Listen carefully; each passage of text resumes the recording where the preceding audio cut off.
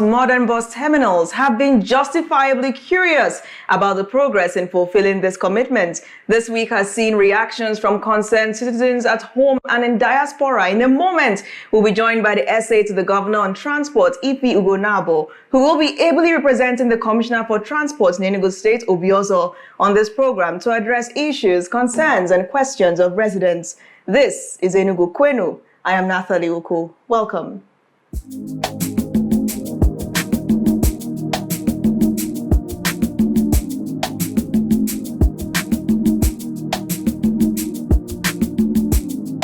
Good evening and welcome to Enugu Kwenu on Afia TV, and thank you for joining us. Of course, Iphie is here. Thank you for making out time from your incredibly busy schedule. It's been a long week for you. Yes, it has been. Thank you. It's a pleasure to be here.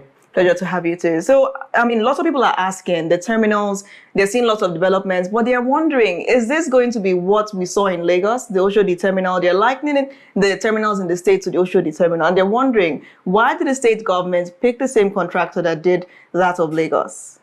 Okay, so in terms of likening it with Oshodi, this is even going to be better. This is going to be more ultra-modern. It has more facilities, more services to offer to Enugu. The Oshodi Planet, the Planet Project people that did the Oshodi interchange, they are world-class. They are quite experienced. They've done these interchanges, and they're doing quite a few projects across the Federation. So we didn't just pick them for the heck of it. We picked them because they merited it. It's meritocracy that we practice in this administration. But what they are doing for us in Enugu, because we want to be the pace setter, is going to be better than what we have in Lagos. Now, people have lots of high expectations. They're looking at the 3D prototype, let's call it a prototype, and that's what they want. And we must understand that the prototype is, of course, representing the Enugu Central Station, because they've been curious about if that prototype represents the 4 different terminals, if that's how the 4 different terminals will look. But I'm seeing that it's only the Central Station that actually has 2 terminals. So that prototype that has gone viral is for that Central Station, right? Yes. So the one for Holy Ghost, which is the Enugu Central Station, double terminal, one for intercity, one for interstate. That prototype that you've seen is for the flagship interchange. The other designs, the other places, Gariki, Ababa, and Nsukka, have separate design. And of course, the land space is different. In Holy Ghost, the interchange is sitting on at least almost like 10 hectares, and we also have other spaces around it. In Gariki, Nsukka, and Ababa, we're looking at about 2 hectares max. So the design is slightly different, but it will still give you the same value. Now we're looking at value. People are saying they want what was given in the prototype, that they want that picture that they saw replicated, and they're emphasizing the roof of the terminal, that they wanted to bend like the one in that prototype. Okay. What's being done to ensure that? Okay, so let's just clarify. The prototype that you saw for Enugu Central Station is what we have continued to show the world. The one for Gariki and Nsukka, we also showed the prototype. They've always been different from the zero. Right, so the one at Holy Ghost will be like that. The twin terminal, the roof, the sky bridge, it's going to be replicated like that.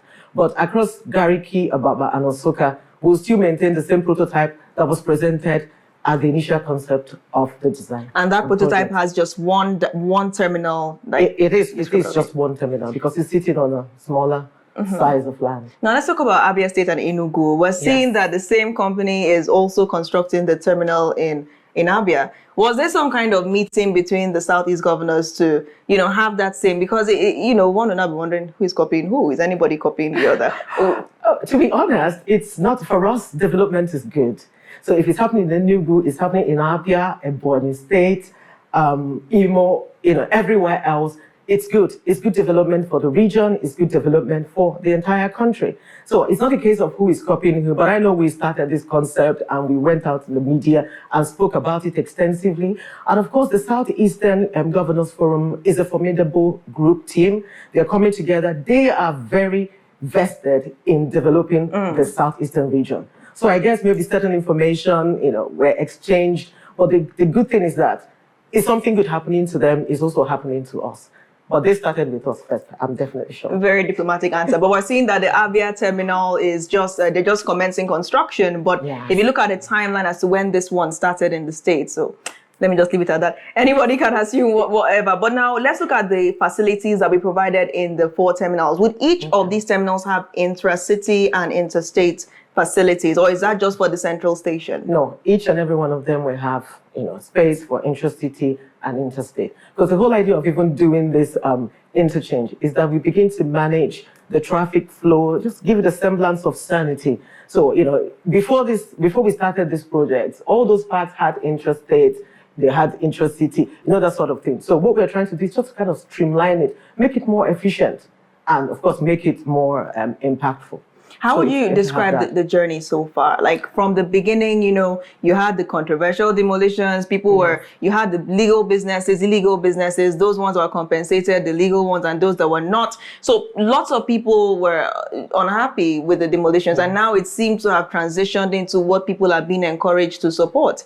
So how would you describe dealing with the setbacks, the criticisms associated with this progress, and where you are right now in it? Okay, so it's been an interesting journey. It has also been incredibly rewarding. I think for you to do any good thing, you're going to have to put in the work. So when His Excellency, envisioned the transport infrastructure project as something that will solve, some of the perennial challenges in the transport sector, we knew that it wasn't going to be a walk in the park. We knew that it was going to be difficult. Development generally is difficult.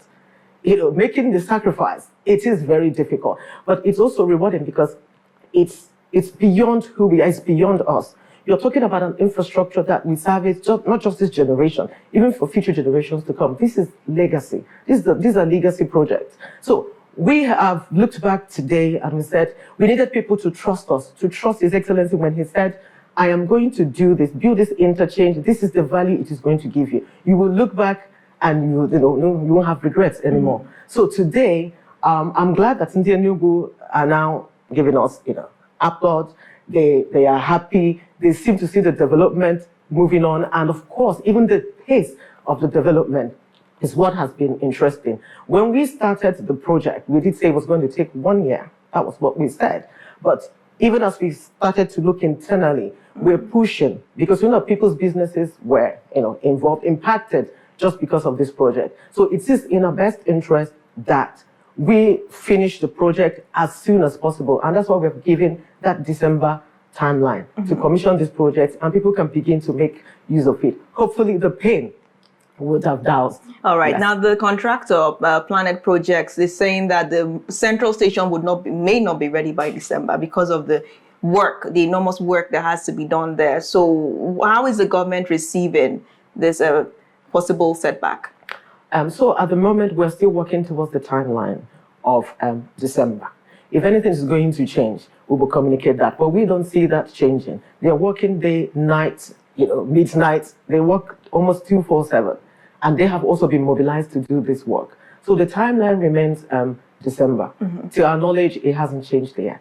Okay, now the big question is the maintenance question. And even the contractors, they keep on expressing confidence in the government's ability to have a robust maintenance plan. But beyond the contractors, you have residents saying that, even the Oshodi terminal is not as nice as it was. What will make this one different? So there's that justifiable concern. What is the government's plan to maintain these 4 major terminals? Okay, so the government, under the administration of our Governor, Barrister Peter Mba, is very intentional. If you look at other critical sectors where we're doing work, the smart schools, education, health, the other critical sectors, we're intentional about what we're doing. We're thinking it through. And let's the truth be told, the government is not particularly great at managing businesses, right? But we're great at creating the enabling environment for the right people, right investment to come and manage these things. So we will definitely look at what the management operational structure is going to be, and we'll make sure that the maintenance is going to be a key part of it. We don't want this to be just for the administration. We want this to outlive all of us. And we'll definitely be sure that is done. Of course, you trust His Excellency. He wouldn't. Yeah. Let me just push a little more for more clarity, Okay. because I want you to really go into detail about this management of TIP, because people are really concerned. I mean, we're seeing the structure being put in place, but we know that if it's not handled well, it could deteriorate over time. So can you be more detailed about the maintenance plan for this project after? Okay, so the maintenance is not just a separate aspect, right? If you operationalize it and you're managing it, maintenance is a part of it. So I think we're going to look at who is going to manage these things. So these are conversations that we are now having. We're still going to get world-class people who have done the transport interchange, people who know how to manage transport facility, this sort of infrastructure, for them to manage it. And of course, a key part, like I said, will be the maintenance. We are still working through those terms, obviously, and when we come to the end of it, everybody will also see, and the public will also know and also ask some of these questions and give us their feedback. But it's an ongoing conversation. All right. We are aware that the government earlier this year ordered 50 CNG buses that are supposed to be deployed from these modern bus terminals, and they're supposed to use these routes. But now people are also wondering about the local buses. You know, we see what's happened with the smart schools. Basically, the smart schools are going to absorb all of these mushroom schools left, right, and center. So now they're wondering if these CNG buses are going to overthrow Entraco, for instance. What's the plan for Entraco? Okay, so let's clarify. The CNG buses is just part of, our intra-city transport infrastructure project.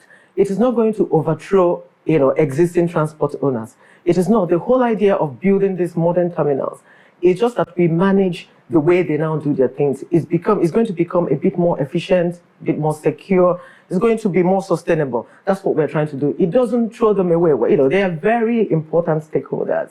You can't just displace people. Part of this whole idea is also to create jobs. So you're not going to displace people who are already doing their jobs, but we are going to infuse more capacity to make it work better, like any other world-class place. So we are not displacing them. They will still have their jobs. And when it comes to Entraco, Entraco has been concessioned. So we have the interstate, we have the intracity. So part of this intracity, the 50 CNG buses we have, is just part of the intracity arrangement. The Entraco concessions are still there. We're looking to get 100 buses on the Entraco site.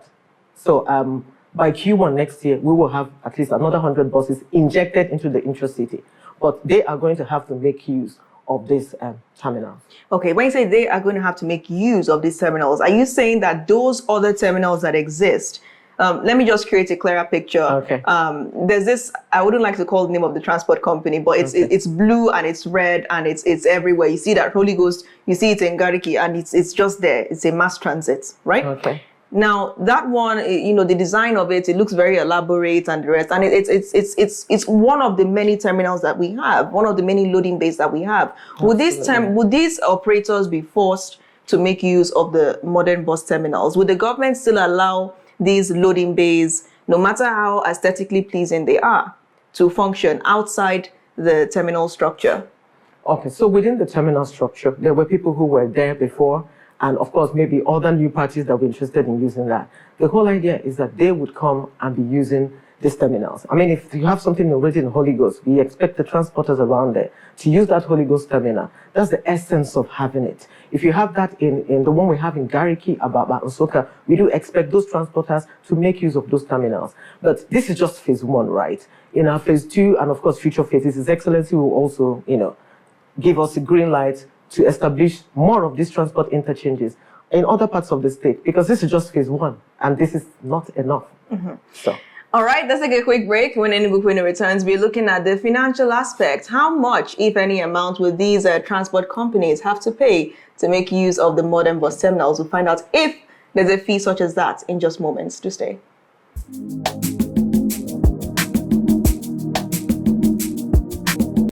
You're welcome back to Enugu Kwenu on Afia TV, and we're still interrogating the Enugu State Transport Infrastructure Project here with the essay to the governor on transport, Iphie. Iphie, thank you once again for joining us today. Thank you. Great. Thank you. So we're talking about the finances now. Would these transport owners have to pay to make use of the terminal? How much damage? Let's talk about the damage to the wallets. I don't think it's damage to the wallet when you're getting value, right? And these transporters or transport owners, even whilst they were where they were also paying something. Of course, this infrastructure costs a lot of money, but the government isn't looking at the value much more than the money. Of course, it's an investment. We are going to recover that investment over a period of time. So it's not we're not forcing everybody to just give us the money now, but they definitely have to pay, because even the maintenance you're talking about, you need money to maintain these facilities, to keep them, at the maximum, yeah. So you need money to do that. How would it be? How would we ensure? How the government ensure that we do not ruffle any feathers in a bid to make the money back? Because whenever money comes into question, feathers can very quickly be ruffled. How would that be avoided? Sure. So we would also let everyone know. So when we're ready to start, like we're still doing the underground work to, how we can operationalize that place. When the time comes, people will know what the rates are, and they will be told. And remember, the transport unions are very, they're key stakeholders to what we are doing in transport. We literally, whatever we do, we need to sort of carry them along. So they are also going to be in that conversation. So it might be them championing it after all. I mean, that's reassuring. Yes. Now let's talk about the cost of TIP, the cost of the transport infrastructure project. Many people are wondering how much is all this costing. They're asking, are taxes enough to actually finance the construction of these 4 different terminals? And I've noticed, I was doing some research earlier, and I think that I stumbled upon an article that said that the Oshodi terminal costs $70 million. $70 million, or let me not say, 70 billion naira thereabout. It will cost a lot of money, in the 70s range. So what are we looking at now for the Enugu transport infrastructure projects? How much is it costing on average? I'm going on and on because I'm giving you time to think, because I want the exact figure, how much this actually costs. I don't know if I'm giving you the exact figure. Okay, let's talk about the estimates. So it's a couple of billions. And I will tell you, let me just tell you, it's nothing close to what you've heard about Oshodi. It's nothing close to that.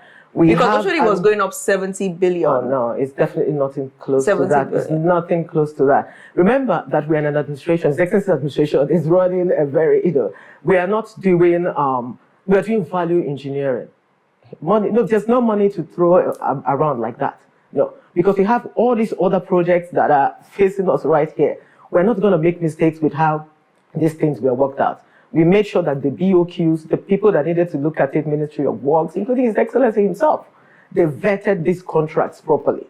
They checked the benchmarked. So I'm not going to quote exact figures, but it's a couple billions, but it's nothing at all close to the figure that you have mentioned. Can we get more than a couple billions? I would really like to confirm the cost of the Oshodi, because maybe when we go on our next break, because I would like to have an estimate of what, and this was years ago, I'd like to have an estimate of what this could really cost. So can you provide us more data than just a couple of billions? I'm sticking with a couple of billions, and because we've done the 50% advance payment, right? There's inflation, there's FX fluctuations, so you can't really tell now. But we do have an idea of what we think we need to get it done. And once we are done with it, those figures are going to be transparent. Everybody will see how much it costs. But be rest assured that the taxpayers' money is being put to good use, and they can see it for themselves. But the final figure, everybody will know, because we want a transparent government. All right, there are concerns lots of Enugu residents have about the quality of the project. All right. And they're really wary about substandard work. They don't want the project to be substandard, or the materials used to be substandard, or the quality of the building to be substandard. So how would you rate the quality control of this project? Is the government happy with what it's saying? Yes, the government is happy with what it's saying, because from day zero, we set up a project monitoring team. And it's not just within the Ministry of Transport. We have the SSG's team, project management team, monitoring there almost on a weekly basis. We have the Ministry of Work, we have PDI. On a weekly basis, they send us reports. We go there. Ministry of Transport, we go to those project sites at least 18 times every single week. And I'm not adding what the state project monitoring team is already doing. So we go there on a weekly basis. We get the reports on a weekly basis. We get the pictures. We do the quality checks. And they also come for project reviews every other week. So we are not leaving any stone unturned. They can't use any substandard materials at all. For any defects that are found, they go back and redo it. So we are very sure, we trust the quality of it. How much would you say that the people's taxes have contributed to these terminals? Because with the number of terminals we're seeing and the rate of the construction, people are wondering if our taxes have been enough to cover the ongoing constructions. So at the moment, of course, there are different sources of funding for these things. So just beyond that, because we have the IGR. So money is going from there. Money is also going from allocation that comes to the state. So it's all part of developing the state. Okay. Yeah. All right. I would still like more clarity. I really would like us to have clarity. So if we're going to say how much have the people's taxes contributed to this on a scale of 0 to 100%, what would be your rating? So in terms of people's taxes, I don't have the figures.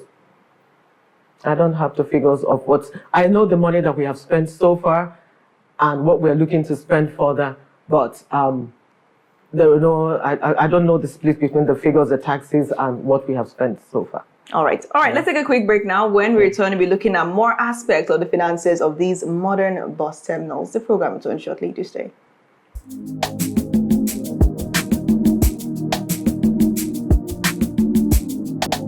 And thank you for staying with us. This is still Enugu Kwenu, and just a quick fact check. The Oshodi terminal cost $70 million, according to reports. So we will still like to gain more clarity from you, Iphie, eventually. But let's keep watching and see, because I'm sure that as the construction is going on, we still have more expenses that will be getting into it. So at the very end, we need your assurance that you're going to give us that figure, perhaps during our next chat.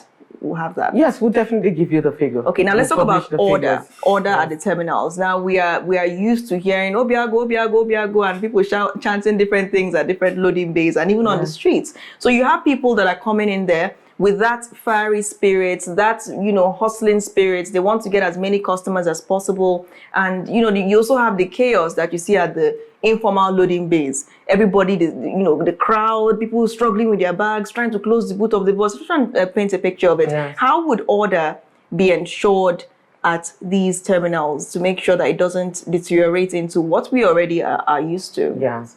So for these terminals, we do have we're going to have a transport management system. So both the software and the hardware. So you're going to have digital monitors. The things that will, somebody's going to be making those announcements. It's not going to be that chaotic where you have conductors screaming, Obiago, this place, that place. No, it's going to be integrated in such a way that people also see where the buses are coming from, when they are coming. Most of these buses are going to be tracked, even for security reasons. So they will definitely be those digital monitors and those announcements, just like you have in airports. What if it's not enough? What if people still have, like I talked about, the unrelenting hustling spirit? Whether or not they're digital monitors, you have the conductors that will still want to pick every customer that they can see. That customer must get into that bus. How do you do that? Yes, so these loading bays, remember, loading bays are going to be assigned to different people, to the different transport owners. So when the loading bay is assigned, this one is going to Obiago, you come and just line your bus, and people will come and load from there. Right? It doesn't necessarily stop people from saying, this is the bus going to so and so place, because people are going to be making inquiries. But it reduces that kind of noise and chaos you find in the typical bus parks that we have at the moment. All right. How much employment do we see this creating? Because we're looking at someone that will be announcing, the different boarding times and the rest. Absolutely. How much employment can we see this creating? Okay. So the transport infrastructure project, the whole idea is that it will create across the 4 terminals, it will create at least 8 to 10,000 jobs when we start, because there are other things that will also be happening there. Businesses thriving, employing people. It's all part of the job creation. But we're looking at, even from this construction phase to the end and operationalizing it, at least 8,000 to 10,000 lives will be impacted, their livelihoods. All right. Now, there are concerns about the CNG. People are saying things like, with the high temperature that we have here in Nigeria, in the southeast, in every part of Nigeria, really, that it could be a danger, and we know that, of course, we have the scientists among us that will come out now and say, no, it's been tested and it's been trusted, but this one that happened was just because of the circumstances. There are people that know this, but for the sake of those who don't, which we must carry along in all this, absolutely, how can we ensure that CNG does not become a threat? We have issues with managing the tiniest things in this country, and now we're bringing gas that is so volatile. I would even like to paint a picture of covering the terminals. I know how I came back and I was hot-headed, and I don't mean it in the moody way. I mean, the sun really did a number on me. So we're dealing with terminals that can be very hot. So let's talk about the CNG safety and also the need for trees, because plain ground like that, anywhere can be converted to a desert. I did feel extremely hot while on the field. So are there plans to plant trees as we saw in the prototype? And what are we doing about CNG safety? Okay, so just for the trees, of course, there are the green spaces. So they will have trees, they will have flowers, the grasses, to just help us manage the environmental impact. And just to note that, where you have the CNG space, the fuel, diesel, every other thing that's going to be in that axis. Remember that these things are licensed, they're regulated. You don't just come and site a fueling station of CNG just because you have space for it. This is regulated even nationally. So for all these terminals, we have been talking to DPR. They are coming there. For anyone that you see that's going to function, we would have had the certification and the license to operate it there. And then on the CNG is more like for us as a developing country, it's a new technology, I would say. If you look at maybe Malaysia, because that's where the news broke out from, they're a bit more advanced. For us, we're a developing nation. And what we are going to put in place is people are going to be educated. We will have to let the users know. And then also subject them to come and do the safety checks. Just like you drive your car, right? There are telltale signs and then you go and check your engine, check this and check that. With the CNG, it's not just plug and play and then you walk away. We would want to integrate a program where they come in from time to time to check because it could be a leakage somewhere. So you don't just put it and walk away for 15 years. It has to be maintained. You have to do all those checks. So we will make sure that they are sensitized, they are educated, and we put up a program where these assets are going to be checked intermittently to make sure that we don't have any leakages or any such issues that will lead to some of these challenges that we envisage might happen with the use of gas. We've seen the facilities at the terminals and we're seeing that there are provisions for shops. The one in Ababa, we are made to understand, would have at least provisions for 80 shops thereabouts. And, how do you stop that from turning into a marketplace where you have a lot of littering and the rest? We understand that there's need to empower people and give them that commercial environment, but we're also dealing with it conflicting with the need to manage these terminals. How do we ensure that we don't have a clash of interest and eventually an untidy environment? Okay. What are the plans for waste management? So the waste management, just those shops are within the terminal. They're not in the open space, just like in the marketplaces. So the facilities managers, it's all part of the service charge that people are going to pay when they're using these places. So waste management, security, every other thing, just the general maintenance as well. So those shops, I think we have 80 in Gariki, we have Ababa, we have on Soka. It's Holy Ghost that has at least 375 shops. But these things are going to be managed properly by the facility managers who are going to manage those interchanges. And that way they are going to make sure it's not a marketplace. So it's not a place where you're displaying your wares and you're outside. No. You just, like in ShopRite, like all these other places where you have malls, there's a bit of, organization. Like things are not all over the place. Why are we not doing that like we're doing in the market? So people are going to get used to working in a more organized environment. And they will make sure that they do that. All right, we're looking at December. Now, December is already here. So people are wondering, when are we going to probably go there in our numbers and watch these terminals being opened up or being launched? So can we get a timeline of when in December this grand launch will actually happen? So the 22nd of December is the date that we set to commission this project. 22nd. Are we sticking with 22nd of December? We are sticking with 22nd 2 days to of Christmas. December. 2 days to Christmas Eve. 2 days to Christmas. 3 days to Christmas. I mean, I think it's going to be a good, welcome gift for people who are, returning to the state for Christmas and everyone else. You'll be excited. All right. I mean, that's exciting. So we have that stamped now. 22nd of December is the date for the launch of the Enugu modern bus terminals. I'm assuming that's aside Enugu Central Station, or are we still adding Enugu Central Station to the mix? Everything in the mix at the moment. Everything in the mix at the moment. Yes. So the contractor in charge of the Central Station has to tighten his belt. Yes. 22nd of December is the timeline. But we'll go on another quick break, and when we return, we're dealing with the proposed Enugu Air. How many strides have been made in that direction? What are developments so far? The program returns shortly. Do stay with us.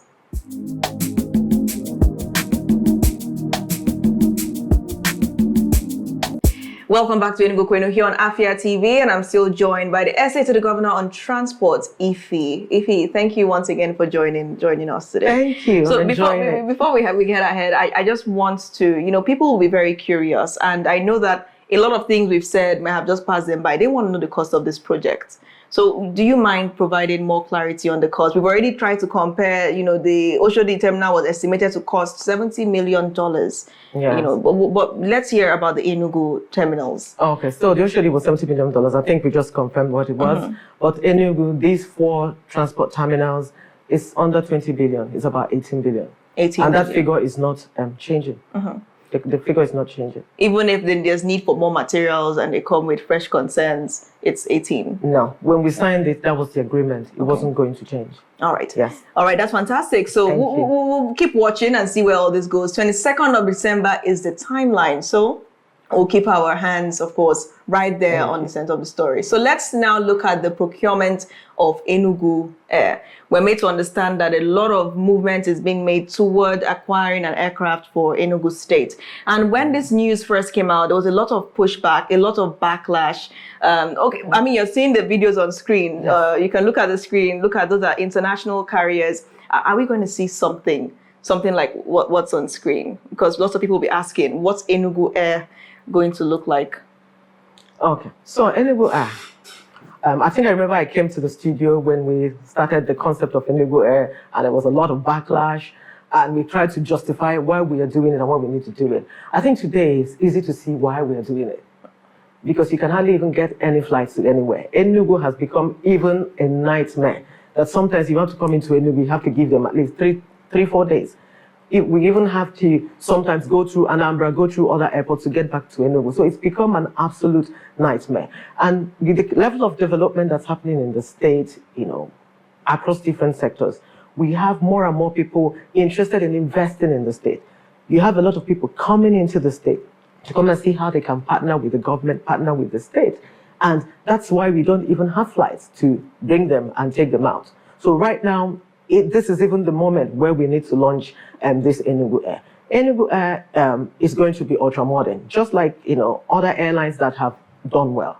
So we're particular about the aircraft. We are particular about its management. We are particular about the services it will provide. We're also particular about the places it will go to, right? Because first and foremost, we're looking at it almost like from a regional perspective, of course, and extending to the entire Nigeria. We want to be able to carry into Enugu our people to different destinations that they're interested in going. They go to Lagos, we go to Lagos, we go to Abuja, we go to Port Harcourt, we go to Benin, Kanu, all these other places. We want to make sure that we're able to take them even within the region and outside the region. So they would find something that is ultra modern, classic, safe, because safety is important, and that the services will be run, in a world-class manner. They'll be comfortable with it. All right. Now, people they've noticed that the governor works with timelines, that there are always deadlines. You don't just collect money and sit down and say you start doing it in a couple of years. You have a timeline, you have a date, and you probably have a time. So now people will be wondering, what progress has been made so far with the procurement of these airlines. What is the Ministry of Transport doing to ensure that the airlines are, and what are the factors being considered for the airlines? How many airlines will be procured? I know that's a mouthful, but if you can address all of them. Okay, so running an airline, it's not a small business. It's very serious business, technically and otherwise, financially demanding, technically demanding. You need to know your onions to run an airline. So it looks as if it's taking a bit of time because you needed to get it right. So from the feasibility studies that we conducted, the financial model to make sure that it works, that the figures add up. You don't want to just do something for the heck of doing it, right? We've had to do that. We have to even go into the aircraft, the model that we're going to use, and how we are going to also phase it, because it's going to be a phased approach. So we're going to start with 3 aircraft in the fleet and start first, and then in a couple of months we get the other ones, so at least we get it up to 6 and get our operating license, and then we move from there. So far we've done the feasibility, we've identified some of the aircraft, we are working towards purchasing them. In fact, at the stage now, we're planning a pre-purchase inspection, because you have to go there and check that technically that what you're seeing on paper is what it is. So you're going to get independent aeronautics engineers to go there and actually check the physical infrastructure, check the record, and make sure that we are getting value for what we are going to pay for this aircraft. So that is where we are at the moment. Once we are done with the pre-purchase inspection, you pay for the aircraft, you brand it, bring it home, and operationalize it. Are we looking at just one aircraft? No. At the moment, we have three. Three. And we are going to add 3 more in the coming Q1. Okay, so it's 6 in total, but 3 first, and then the remaining three much later. We'll just add them. Then the international wing, because obviously for us to have an aircraft like that, or 3 aircrafts like that, we need a functional international wing. What's the update with that? Okay, so on the international wing, because this aircraft we are bringing, the Enugu Air, it's for local flight. So we're still going to be making use of the runway of our airport. On the international space, we are also working towards concessioning it. So if we work through the concessioning, it's going to even help us attract more, other companies that are in the airline business.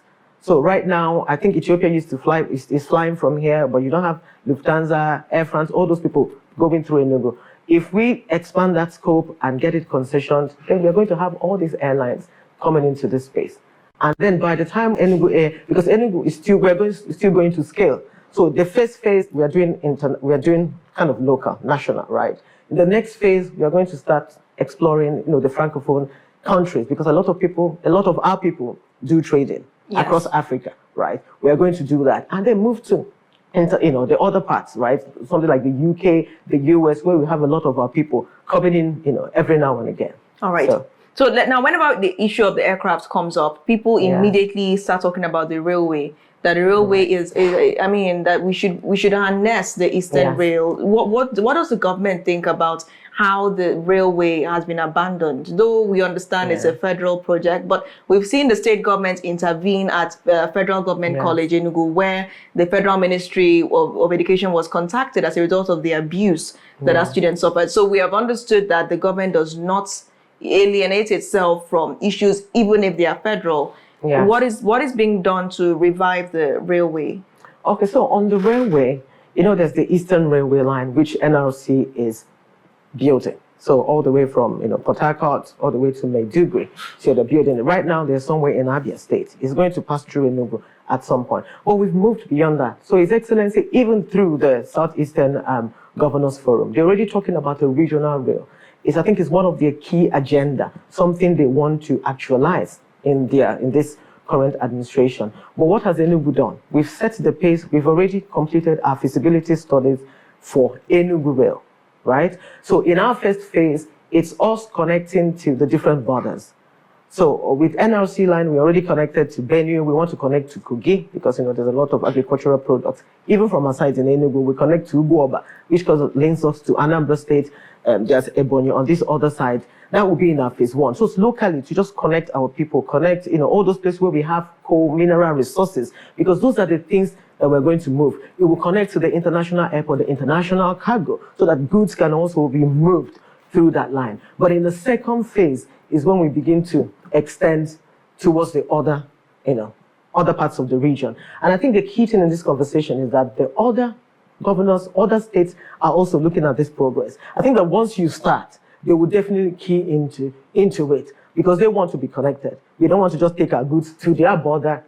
It stops there, right? So it is something that we believe is a key agenda in the South Eastern Governors Forum to make that happen. I know that Abia State, we've had some conversations, at our level, and I know that they're quite keen to develop the Southeastern rail line. All right, that's fantastic. Now, lots of people would be wondering about safety because they'll be a bit skeptical, entering a brand new airline, especially when it's one in a place that they never thought might even have an airline, so to speak. So how can you assure people, prospective passengers, of safety on the aircraft or the 3 aircrafts? Let's put it that way. Yeah. How can we ensure safety of these passengers?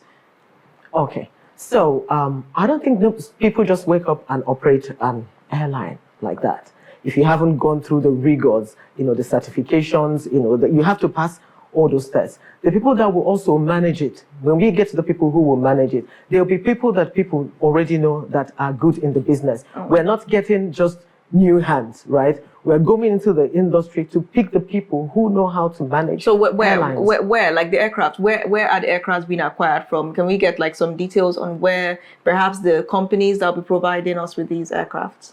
Okay, so at the moment, because we are doing a pre-purchase inspection, we will have to go there, see the aircraft, and we'll be sure we like it, they will bring it. But at the moment, we're looking at Embraers. So the Embraer 170s the Embraer 190s. Those are the two aircrafts that we are looking, model that we are looking at. But until we have done these checks, I wouldn't say we're buying it from so-and-so company. We need to check it and then if we're happy with it, then we will know who we're purchasing it from. All right. Now, what do you have to say to Enugu about the transport infrastructure project? Like, what do you have to say to tie this all together to help people accept it, like the government would want them to accept it? What would you have to say to them right now? Okay, so to Enugu, and this is also a message from the Honorable Commissioner, we want to thank you for your support so far, for trusting the government, trusting our Governor, Barrister Peter Ndubisimba, on his promise that he's going to build a transport sector that will catalyze economic growth. So it's not just the sector for the heck of it. Is the vision of the transport sector is to make it sustainable, to make it innovative, to make it affordable. That is what His Excellency is planning for the people of Enugu.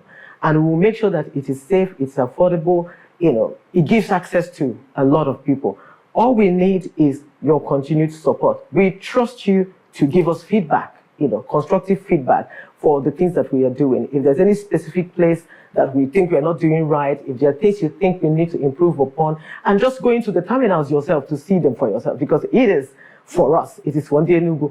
Any feedback will be much appreciated. And some of those feedback can be fed back to us directly at transport@enugustate.gov.ng. But we promise you that this transport sector will be ultra-modern. It will be something that Enugu will be proud to be associated with, just like every other project that His Excellency is championing. Thank you. All right. Thank you so much for that. Now, before I let you go, question just popped into my head. Destinations.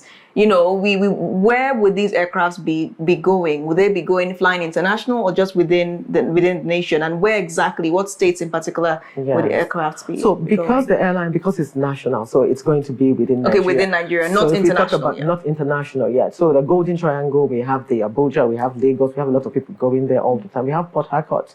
And then even on a regional level, we have our Anambra Airport, we have Imo.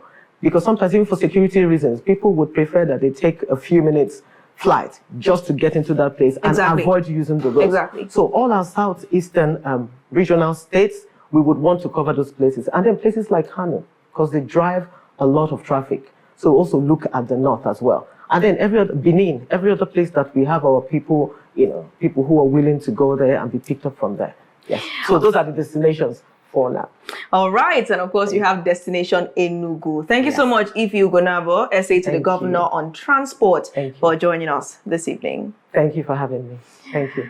And that brings us to the very end of Enugu Kwenu today and of course this week. Join me again next Wednesday for another interesting edition. I hope that we're able to deliver on our promise to bring you insights on the Enugu Transport Infrastructure Project. What are your thoughts? Let us know on YouTube, on X, and of course on Instagram, and of course ask your questions and we'll be sure to provide answers by the next edition. I've been your host as always, Nathali Uku. Thank you so much for watching. Bye for now.